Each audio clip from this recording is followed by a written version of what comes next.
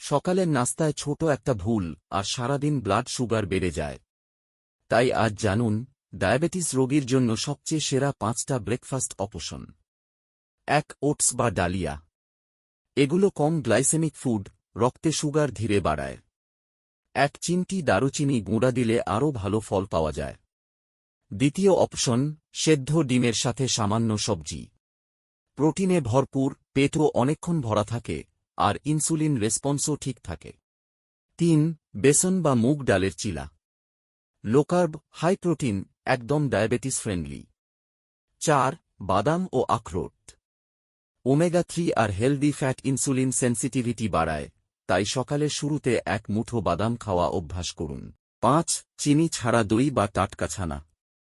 এতে আছে প্রোটিন, যা ব্লাড সুগার স্থিতিশীল রাখে।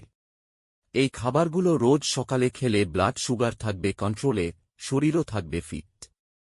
ভিডিওটা লাইক করুন, সেভ করুন, আর প্রিয়জনদের শেয়ার করুন।